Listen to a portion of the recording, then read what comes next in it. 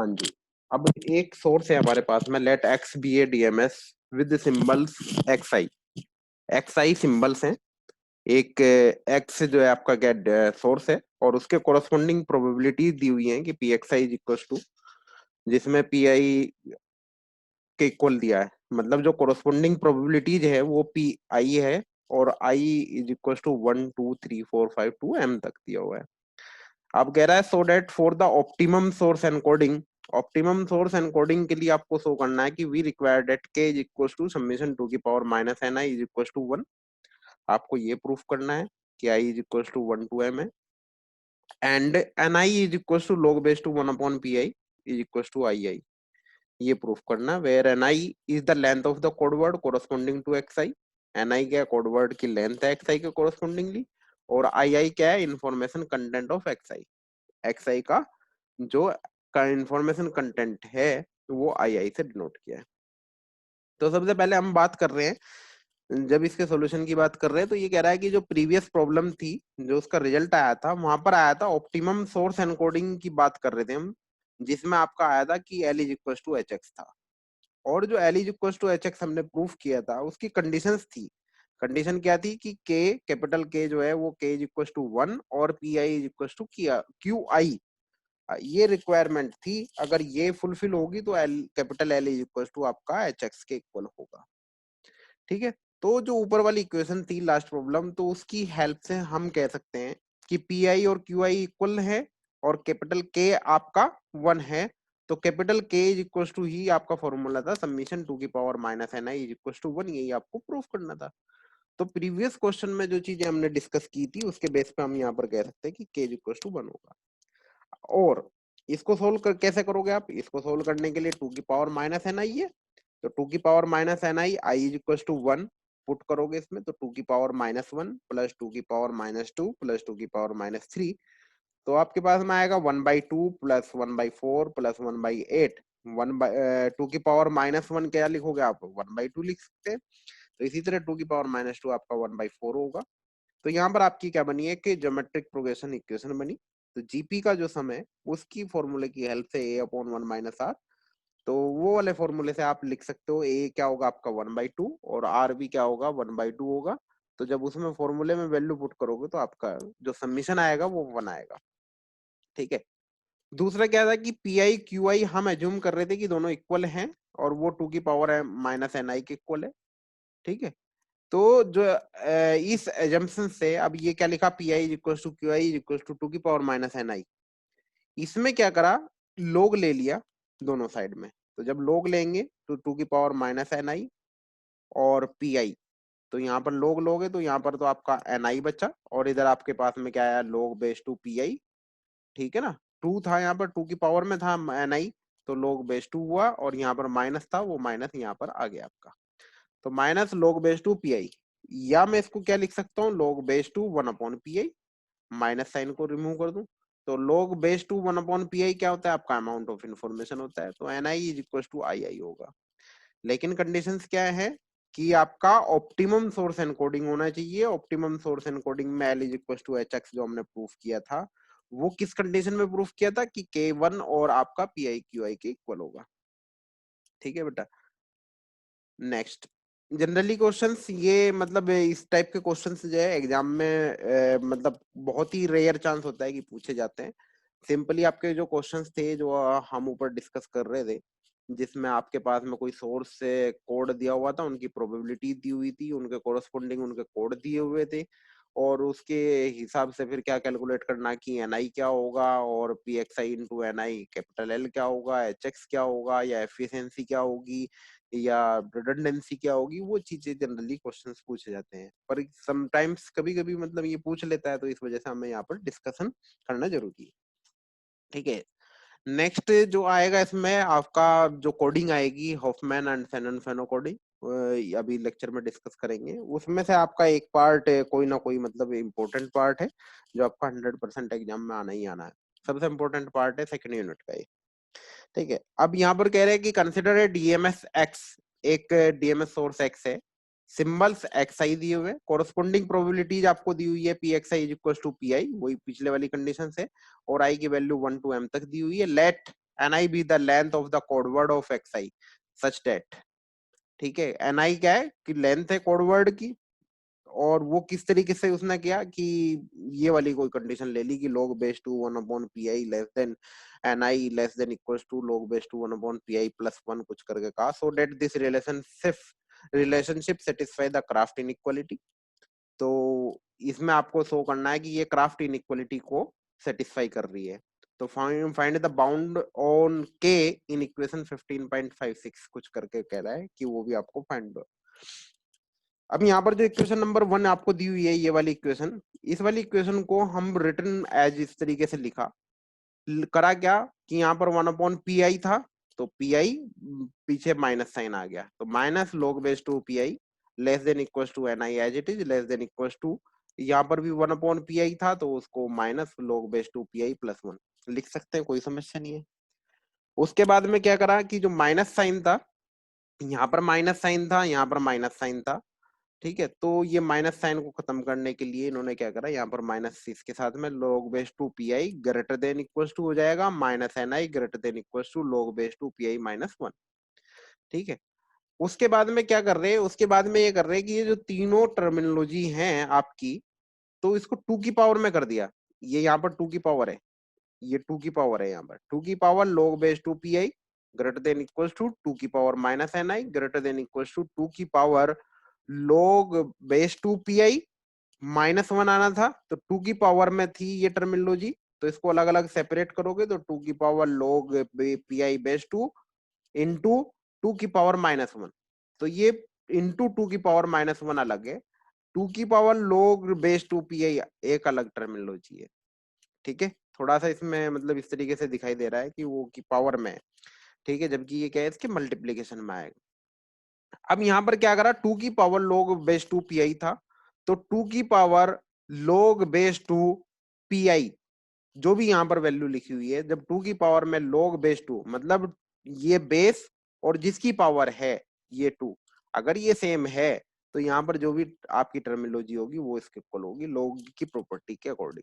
तो ये आपका पी आई हुआ ग्रेटर देन इक्वल टू 2 की पावर माइनस एन आई, यहाँ पर क्या हुआ, इस वाली टर्मिनोलॉजी की वैल्यू तो कितनी आ गई, पी आई इंटू 2 की पावर माइनस 1 मतलब 1 अपॉन 2, 2 की पावर माइनस 1 को हमने लिखा 1/2, तो आपके पास में जो टर्मिनोलॉजी आई वो कुछ इस तरीके से आई। अब उसमें क्या कर रहे हैं, उसमें सबमिशन लगा दिया कि आई इक्वल टू 1 to m की लिमिट से इसको अगर सबमिशन कर दे पी आई का ग्रेटर देन इक्वल टू 2 की power minus N i, submission लगा हुआ है i equal to 1 to m greater than equal to 1/2 और सबमिशन पी आई का आ गया।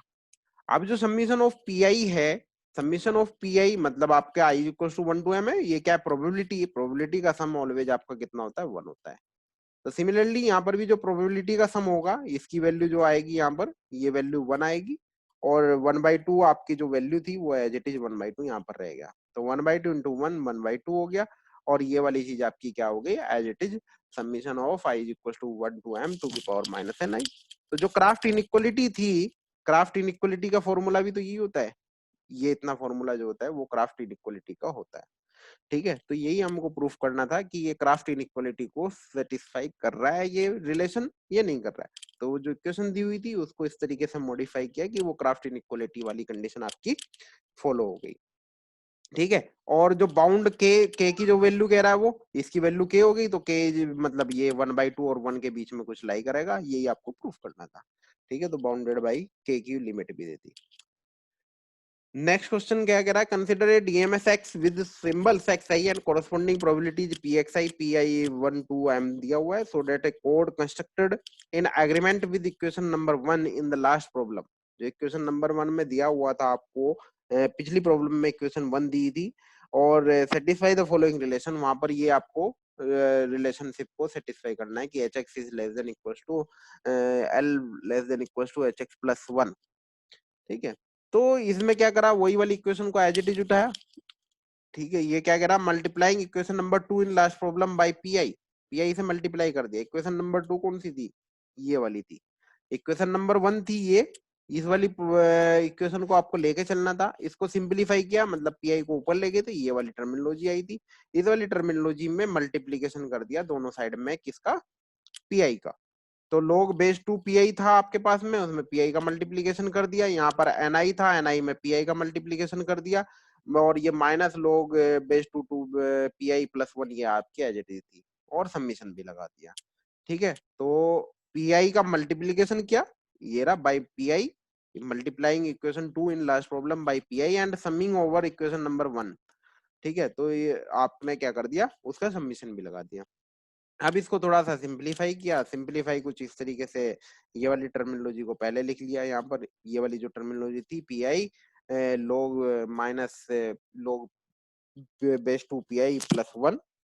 ठीक है, इसको जो सिंप्लीफाई कर रहे हैं वो सिंप्लीफाई क्या क्या, पी के अंदर मल्टीप्लीकेशन कर दी, तो पी लोग बेस 2 पी माइनस साइन के साथ में आ गया, plus P submission of P आपका अलग पार्ट आ गया।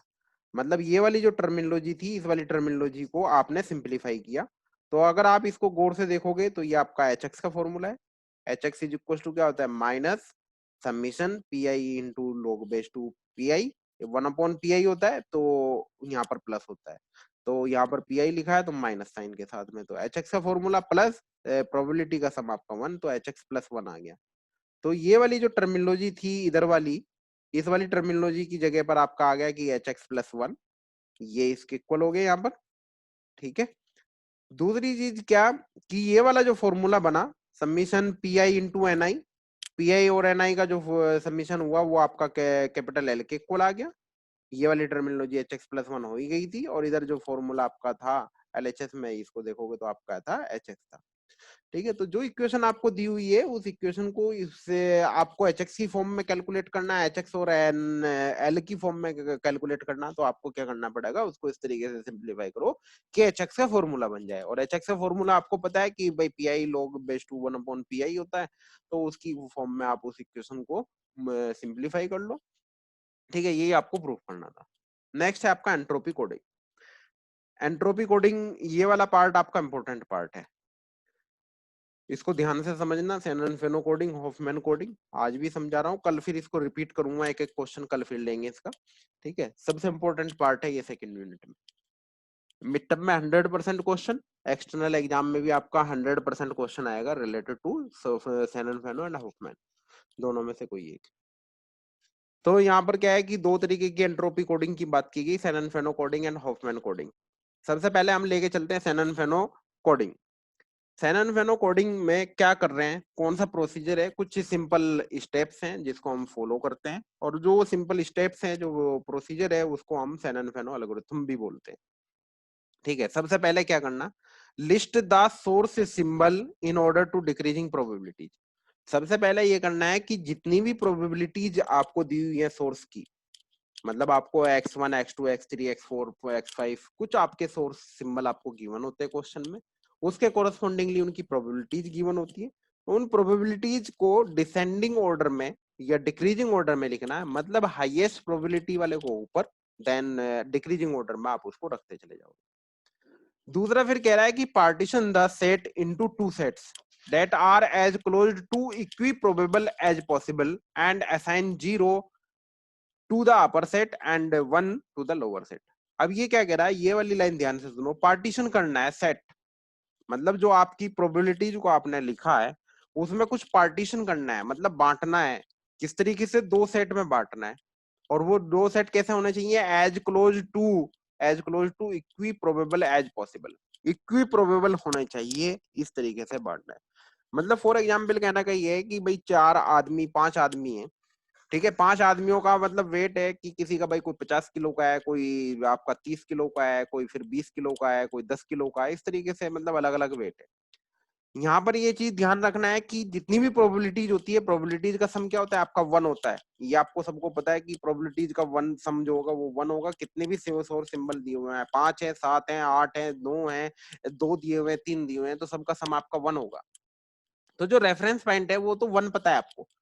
तो इस तरीके से बांटो कि दो लोगों का वेट और तीन लोगों का वेट लगभग लगभग बराबर हो, दोनों के बीच में डिफरेंस कम हो। ठीक है ना, तो मतलब कहना का ये है कि जैसे फॉर एग्जांपल एक ग्रुप का सम तो बैठ गया कि 60 kg का है, एक ग्रुप का सम बैठ गया आपका कि 40 का है, तो 60-40 मतलब 100 तो हो गया आपका। तो 60-40 मतलब दोनों के बीच का डिफरेंस कम है। ठीक है, तो 3 और 2 का पार्टीशन कर दिया, या 2 और 3 का कर दिया।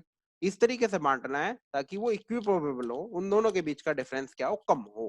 कैसे होगा अभी इसमें टेबल में मैं शो करेंगे, बताएंगे।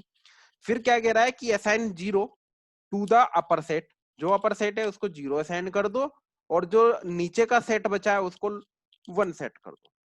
बड़ा सिंपल सा है। और इस प्रोसेस को क्या करना है, कंटिन्यू करना है। Each time partition the set with as nearly equal probabilities. मैंने कहा ना कि दोनों के बीच का डिफरेंस कम हो, तो nearly equal probabilities as possible until further partitioning is not possible. कब तक करना है ये, जब तक फर्दर पार्टीशनिंग पॉसिबल ना हो, तब तक ये प्रोसीजर आपको रिपीट करना है। ठीक है, तो क्वेश्चंस को देखते हैं। ये कोई क्वेश्चन दिया हुआ है।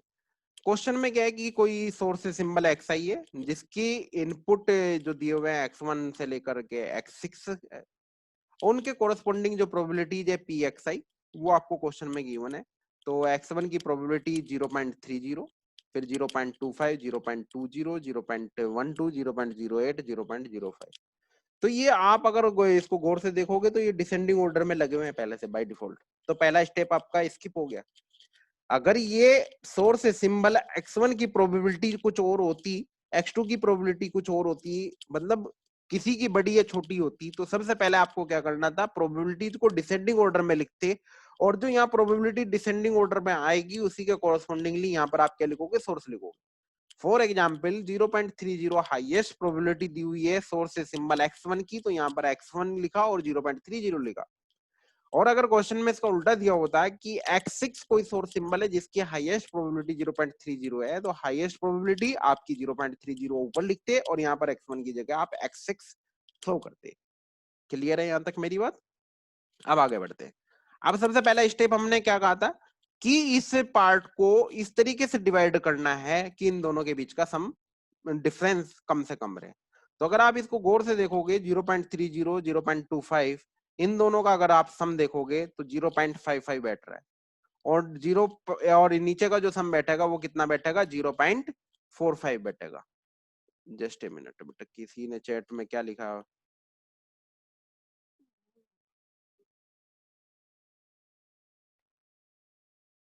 सर रिपीट करना, बिल्कुल कर रहा हूँ रिपीट, टेंशन मत लो। ठीक है, सबसे पहला काम डिसेंडिंग ऑर्डर में रख दिया। डिसेंडिंग ऑर्डर में रखने के बाद में आपको इसको दो पार्ट में डिवाइड करना है। दो पार्ट कौन से हो सकते हैं, कुछ भी हो सकता है भाई। एक तो ये हो सकता है कि भाई पहले वाले को ले लो 0.30, तो नीचे के जो आपकी जो टर्मिनोलॉजी बची ये वाली यहाँ से लेकर के यहाँ तक की, इसका सम कितना होगा, इसका सम होगा 0.70। तो 0.30 और 0.70 में 0.40 का डिफरेंस आ गया। समझ में आई मेरी बात? अब दूसरे टर्मिनोलॉजी क्या करी हमने, दूसरा ये क्या कि ऊपर के दोनों का एक सेट ले लिया, तो आपका 0.55, नीचे का एक सेट ले लिया इनका पूरा कंबाइन, तो 0.45। तो डिफरेंस कितना है, 0.10। ठीक है, 55 और 45 में 10 का डिफरेंस आया ना। अब मैं क्या कर रहा हूँ, तीसरी पॉसिबल कंडीशन बना रहा हूँ कि ऊपर के 3 ले लिए। ऊपर के जब 3 लिए तो 30 और 20 50 और 25 आपके कितना हो गए, 75 हो गया। और नीचे का रिमेनिंग पार्ट जो बचा ये वाला आपका कितना बचा, 25 बचा। तो डिफरेंस कितना, 0.50। तो जो मिनिमम डिफरेंस वाला आपका सेट बन रहा है वो सेट ये बन रहा है कि ऊपर के दो 0.3, 0.25, 55, और नीचे वाला जो है आपका 45 वाला जो, ठीक है, मतलब 0.45 है, 0.55 है। तो ये सबसे कम डिफरेंस वाला है, तो दो सेट में डिवाइड किया। ऊपर वाला जो सेट, ये पार्टीशन जो लाइन है ये शो कर रही पार्टीशन, कि यहाँ पर हम पार्टीशन कर रहे हैं, ये लाइन ड्रॉ कर दो। ऊपर वाले को 0 असाइन कर दो, नीचे वाले सेट को आपने 1 असाइन कर दिया। बड़ा सिंपल सा प्रोसेस। अब आगे बढ़ते हैं। अब आपका एक सेट ये बन चुका है, एक सेट ये बन चुका है। अब आप अगर पहले सेट की बात कर रहे हैं,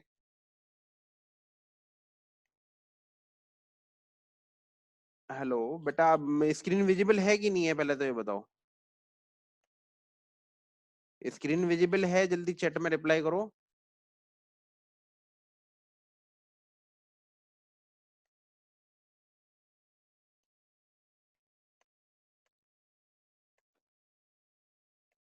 आवाज क्लियर है मेरी? ठीक है, ठीक है, ठीक। हाँ बेटा, तो दो सेट यहाँ पर आपके बन चुके हैं, एक सेट ये आ गया, एक सेट ये आ गया। अब क्या करना है, इस सेट को दोबारा से क्या करना है, रिपीट करना है वही वाली चीज जो आप पार्टीशन कर रहे थे। अब यहाँ पर आप देखोगे तो इस सेट में तो 2 ही बचे हैं, तो पार्टीशन आपका बिल्कुल बीचों बीच यहाँ पार्टीशन कर दिया। लाइन खींचनी है, पार्टीशन का मतलब कुछ नहीं है, लाइन खींचनी है। कहाँ खींचनी है, बस ये देखना है कि आपका दोनों का ऊपर वाला सेट और नीचे वाला सेट दोनों के बीच का जो समय है वो डिफरेंस है वो कम से कम रहे। तो स्टेप नंबर 2 पे जब हम बढ़े तो इसका ऊपर वाले का पार्टीशन कर दिया, तो ऊपर वाले को 0 सेट कर दिया, नीचे वालों को 1 सेट कर दिया, ये रूल फॉलो कर दिया। अब नीचे वाले में देखते हैं। नीचे वाले में मेरे पास में 4 टर्मिनोलॉजी है, 0.20, 0.12, 0.08 एंड 0.205। अगर मैं पहले वाला ले लूं 0.20 और नीचे के ले लूं तो 12, 8, 20, 25 और 20 मतलब 0.05 का डिफरेंस है। एक तो पार्टीशन पॉसिबल ये है कि मैं यहाँ पर पार्टीशन कर दूं। दूसरा क्या है कि ऊपर के दोनों ले लूं, तो ऊपर के दोनों ये लूंगा तो 0.20 एंड 0.12, तो 0.32 आपके पास में आ गया और नीचे 8, 5, 13 बचा, तो डिफरेंस ज्यादा हो गया। अगर ऊपर के तीनों ले लूंगा तो ये 40 हो गया और ये 0.05 है, तो 35 को आपका डिफरेंस आ गया। तो आप पार्टीशन कहाँ करोगे, पार्टीशन आप यहाँ करोगे जहां डिफरेंस आपका कम है।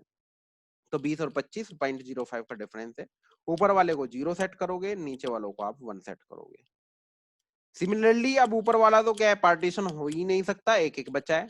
इस वाले में भी कोई पार्टीशन नहीं हो सकता। अब नीचे के 3 बचे, इन तीनों में पार्टीशन होगा। क्या होगा कि 12 और नीचे वाला 13, तो पार्टीशन कहाँ होगा, यहाँ पर होगा। ऊपर वाले को 0 असाइन कर दिया, नीचे वालों को आपने क्या करा, 1 1 असाइन कर दिया। अब ये वाला 2 बचे, तो इनके बीच में पार्टीशन ऑब्वियसली यहाँ पर बीचों बीच कर दोगे, तो ऊपर वाला 0 हो गया, नीचे वाला आपका 1 हो गया। तो x1 के कोरस्पोंडिंगली जो कोड आया वो आया 0 0, x2 के कोरस्पोंडिंगली कोड जो आया वो 0 1, इसके कोरस्पोंडिंगली आया 1 0, इसके कोरस्पोंडिंगली आया 1 1 0, इसके कोरस्पोंडिंगली 1 1 1 0 आया और इसके कोरस्पोंडिंगली आपके पास में 1 1 1 आया। तो ये आपके क्या हो गए, इसके रेस्पेक्टिवली जो कोड है जो आपने कन्वर्ट किया है शेनन फेनो एनकोडिंग की हेल्प से, तो x1 x2 x3 x4 x5 6 जो आपके सोर्स सिंबल दिए हुए थे उनके कोरस्पोंडिंगली ये आपका कोड आ गया। अब जब आपके पास में कोड आ गया, प्रोबेबिलिटी आपको दी हुई है pxi, इसकी हेल्प से आप एंट्रोपी कैलकुलेट कर सकते हो with the help of formula entropy. Entropy का फॉर्मूला क्या है आपका, minus pxi log base two 1 upon pxi होता है, और माइनस साइन लगा दोगे तो log बेस टू pxi हो गया। तो pxi आपको पता है तो आप hx कैलकुलेट कर सकते हो। दूसरी चीज, कोड आपने कैलकुलेट कर लिया, यहाँ पर जब कोड कैलकुलेट कर लिया तो आप यहीं पर क्या कर सकते हो, small N I, n i क्या होता है, length of the code, code की लेंथ। यहाँ पर कितनी आएगी एन आई, x1 की 2, यहाँ पर कितनी आएगी x2 की 2, x3 की कितनी आएगी 2, x4 की आपकी 3 और x5 और x6 की आपकी जो एन आई की वैल्यू होगी वो कितनी होगी, 4 4 होगी। क्लियर है। तो जब आपके पास में एन आई पता है, अब आपको ये एन आई है, यहाँ पर कैलकुलेट कर सकते हैं हम। pxi आपको क्वेश्चन में गिवन था, probability and the length of code, इन दोनों का मल्टीप्लीकेशन आपका क्या होता है, capital L. Capital L is equal to summation P X I into N I. तो आप ये टेबल में आप यहाँ पर मल्टीप्लीकेशन कर दोगे P X I into N I, तो 0.30 इंटू 2 आपका 0.60 x1 के कोरस्पोंडिंग आया, x2 के कोरस्पोंडिंग, x3 के, x4 x5 x6 उन सब का सम कर दोगे तो एवरेज कोड वर्ड की लेंथ आपके पास में आ गई कैपिटल एल। अब आप एफिशिएंसी ईटा कैलकुलेट कर सकते हो। ईटा इज इक्वल टू आपके पास में क्या होता है, H X upon L. H X आपने एंट्रोपी कैलकुलेट कर ली, एल आपको पता है, तो eta is equal to H X upon L. Redundancy calculate कर सकते हो, रिडंडेंसी क्या होती है, gamma. Gamma is equal to कितना होता है, 1 माइनस ईटा। ईटा आपने कैलकुलेट कर लिया तो 1 माइनस ईटा आप गामा की वैल्यू इसकी रिडंडेंसी कैलकुलेट कर।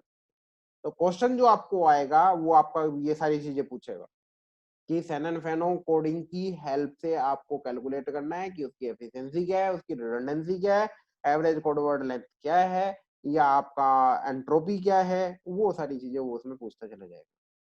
तो बड़ा सिंपल सा प्रोसीजर है शेनन फेनो कोडिंग का। कल भी डिस्कस करेंगे, हम दोबारा से डिस्कस करेंगे। तो इसने H X is equal to यहाँ पर कैलकुलेट किया कि H X is equal to 2.36 calculate किया इसकी हेल्प से। कैपिटल एल आपका आया 2.38 और ईटा इज इक्वल टू मैंने बताया था कि H X upon L formula लगाओगे तो 0.99 या 99% आपकी इसकी एफिशिएंसी होगी। रिडंडेंसी आपकी कितनी, 1% बची। क्लियर है मेरी बात, ठीक है बेटा। हाँ भाई, किसी का कोई डाउट है तो पूछ लो इसमें, यहाँ तक किसी की कोई प्रॉब्लम है तो वो पूछ सकता है। हॉफमैन कोडिंग कल डिस्कस करेंगे, तो सैनन फेनो और हॉफमैन दोबारा से कल भी मैं डिस्कस करूंगा।